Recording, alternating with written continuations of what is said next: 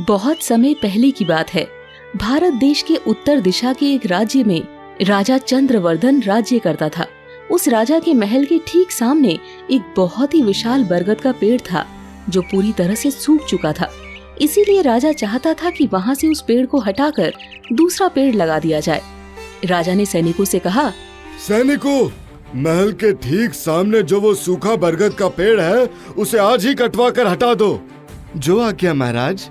महाराज की आज्ञा मानकर एक सैनिक पेड़ काटने के लिए चल देता है और वहाँ जाकर वो कई घंटों तक पेड़ को काटते रहता है। जब पेड़ थोड़ा सा कट जाता है तो वो सैनिक थोड़ी देर आराम करने के लिए उसी पेड़ के नीचे बैठ जाता है। लेकिन जैसे ही वो फिर से पेड़ काटने के लिए उठता है तो वो देखता है कि उसने पेड़ को जितना काटा था वो फिर से जुड़ चुका है। सैनिक खुद से बात करते हुए कहता है, अरे ये क्या, ये कैसे हो गया?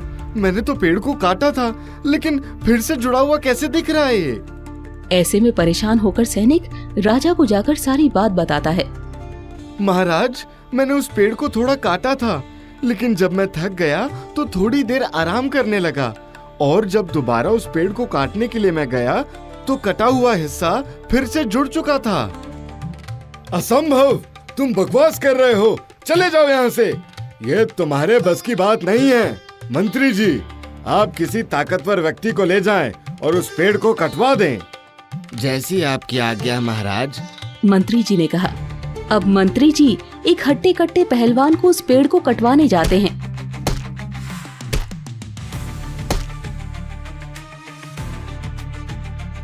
लेकिन उस पहलवान के साथ भी वही होता है जो उस सैनिक के साथ हुआ था। ऐसे में परेशान होकर पहलवान और मंत्री महल वापस लौट आते हैं और राजा को सारी बात बताते हैं। तब राजा पूरे राज्य में घोषणा कर देने की बात कहता है। मंत्री जी, पूरे राज्य में इस बात की घोषणा कर दीजिए कि जो कोई भी इस पेड़ को काटकर यहाँ से हटा देगा उसे इनाम के तौर पर 1000 स्वर्ण मुद्राएं दी जाएंगी। राजा की आज्ञा अनुसार मंत्री जी ने ऐसा ही करवाया। पूरे राज्य में इस बात की घोषणा करवा दी। अब तो एक से बढ़कर एक ताकतवर और बुद्धिमान लोगों ने अपनी किस्मत आजमाने की शुरुआत कर दी। एक एक करके सब आते और उस पेड़ को काटने की कोशिश करते, लेकिन सफलता किसी के हाथ नहीं लगती।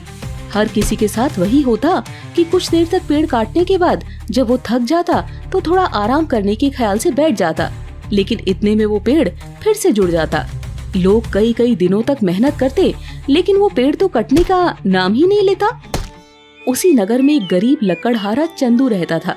वो रोजाना अपनी पत्नी के साथ जंगल में लकड़ियां काटने जाता और उन लकड़ियों को बेचकर अपना घर चलाता। एक दिन राजा की घोषणा के बारे में उसे भी खबर मिली। चंदू अपनी पत्नी सीमा से बोला, सीमा, क्या तुम्हें पता है कि राजमहल के सामने एक सूखा हुआ बरगद का पेड़ है जिसे काटने पर 100 सोने की अशर्फियों का इनाम रखा गया है। अगर मैंने उस पेड़ को काट दिया तो हमारी गरीबी दूर हो जाएगी। हाँ, मैं भी आपको बताने वाली थी। मुझे भी उसके बारे में आज ही जानकारी मिली है, लेकिन कहते हैं कि वो उस पेड़ को कोई काट ही नहीं पा रहा। एक बार किस्मत आजमाने में क्या जाता है। हम पूरी मेहनत करेंगे, देखते हैं क्या होता है। हाँ, आप सही कह रहे हैं। चलिए आज हम जंगल में न जाकर वहीं चलते हैं। चंदू और सीमा राजमहल पहुँचते हैं और राजा से कहते हैं कि वो उस पेड़ को काटना चाहता है, जिस पर राजा उससे कहता है, उस पेड़ को राज्य के बड़े बड़े बलवान नहीं काट सके तो तुम इतने कमजोर से आदमी भला उस पेड़ को कैसे काट पाओगे? मुझे अपनी किस्मत आजमाने का एक मौका दीजिए महाराज। मैं अपनी ओर से पूरी कोशिश करूँगा। अवश्य, तुम अपनी किस्मत जरूर आजमाओ। चंदू राजा से आज्ञा लेकर पेड़ को काटने चल देता है। वो करीब 2 घंटे तक पेड़ को काटता है तो थक जाता है। ऐसे में वो आराम करने के लिए वहीं पर बैठ जाता है, लेकिन फिर थोड़ी देर बाद जब वो वापस से पेड़ काटने जाता है तो देखता है कि पेड़ तो फिर से जुड़ गया। उसे कुछ समझ नहीं आता कि ये क्या हो रहा है। ऐसे 2 दिनों तक चलता रहा। तब उसके दिमाग में एक युक्ति आई। चंदू अपनी पत्नी सीमा से कहने लगा, सीमा, इस पेड़ को जब हम काटना बंद करते हैं तो ये वापस से जुड़ जाता है। अब ऐसा करना कि जब मैं इसे काटते काटते थक जाऊं तो तुम इसे काटना शुरू कर देना, और जब मैं थोड़ी देर विश्राम कर लूंगा तो मैं इसे दोबारा काटना शुरू कर दूंगा। तब तक तुम विश्राम कर लेना। इस तरह हम इसे जुड़ने का मौका नहीं देंगे। आपने बिल्कुल सही कहा, हमें ऐसा ही करके देखना चाहिए। अब दोनों मिलकर ऐसा ही करते हैं, जिससे कुछ घंटों की मेहनत के बाद पेड़ पूरी तरह से कट जाता है। पेड़ कटते ही उसमें से एक अप्सरा प्रकट हो जाती है। भाग्य की देवी चंदू से कहती है, चंदू, आज तुम दोनों के मेहनत और समझदारी की वजह से मैं करीब 100 सालों बाद मुक्त हो पाई हूँ। मुक्त? ये आप क्या कह रही हैं देवी? मैंने आपको मुक्त किया? वो कैसे? आज से करीब 100 साल पहले इसी पेड़ के नीचे तपस्या में लीन एक साधु की तपस्या मेरी वजह से भंग हो गई थी, क्योंकि मैं मूर्खता में आकर उस साधु के पास जाकर जोर जोर से गाना गाने लगी और नृत्य करने लगी थी, जिससे क्रोधित होकर उन्होंने मुझे इसी पेड़ में समा जाने का श्राप दे दिया था। साधु ने कहा था, मूर्ख लड़की, आज तुम्हारी वजह से मेरी तपस्या भंग हुई है और मैं तुम्हें श्राप देता हूँ कि तुम अभी और इसी वक्त इस पेड़ में समा जाओगी। मुझे क्षमा कर दे साधु महाराज, मुझसे बहुत बड़ी भूल हो गई। मुझे इतनी बड़ी सजा ना दें। आज के बाद से मैं किसी को परेशान नहीं करूंगी। अब मैं अपना श्राप तो वापस नहीं ले सकता, लेकिन जिस दिन किसी ने इस पेड़ को बिना रुके काट दिया, उस दिन तुम इससे मुक्त हो जाओगी। इसी श्राप के कारण अप्सरा ने ही इस पेड़ को सुखा दिया था, ताकि उसे कोई काट दे। ऐसे में राजा ने अपने नगर की खूबसूरती बनाए रखने के लिए इस सूखे हुए पेड़ को यहाँ से हटाने में ही भलाई समझी, लेकिन कोई इसे लगातार नहीं काट रहा था, जिसकी वजह से इसे काट पाना असंभव हो रहा था।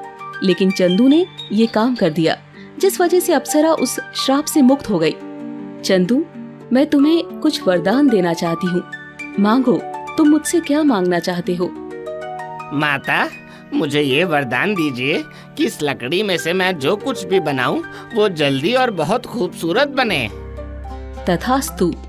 इसके बाद भाग्य की देवी वहाँ से चली जाती है।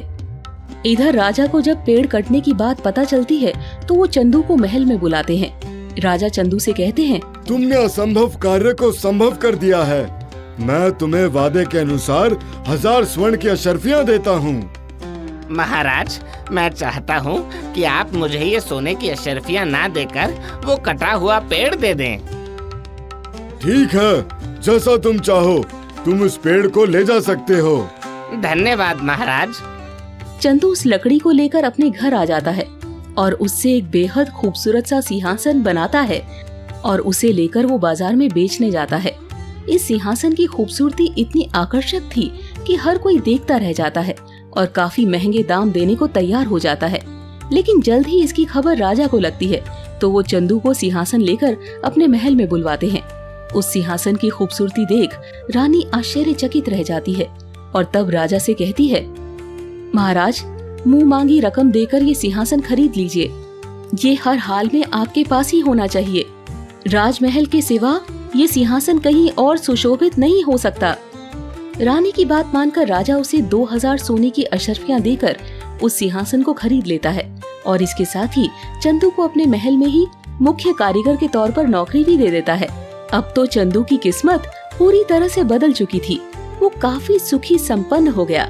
अगर आपको हमारी आज की कहानी पसंद आई तो एक रोचक प्रश्न आपके लिए। श्री राम जब लंका पहुँचे तब उन्होंने किस देवता की पूजा करके युद्ध में विजय प्राप्त करने का आशीर्वाद मांगा था? ए, भगवान शिव, बी, भगवान विष्णु, सी, भगवान इंद्र, डी, माता पार्वती। आपका जवाब हमें कमेंट में बताइए। सही उत्तर देने वालों की कमेंट को हार्ट मिलेगा और हम आपको अगले वीडियो के अंत में सही उत्तर के साथ साथ इस प्रश्न से जुड़ी पूरी पौराणिक कथा भी बताएंगे। अगर आप हिंदू धर्म से जुड़ी कथाओं और रोचक क्विज में रुचि रखते हैं तो हमारे चैनल को सब्सक्राइब करें और बेल आइकन दबाना न भूलें ताकि अगला वीडियो मिस न हो।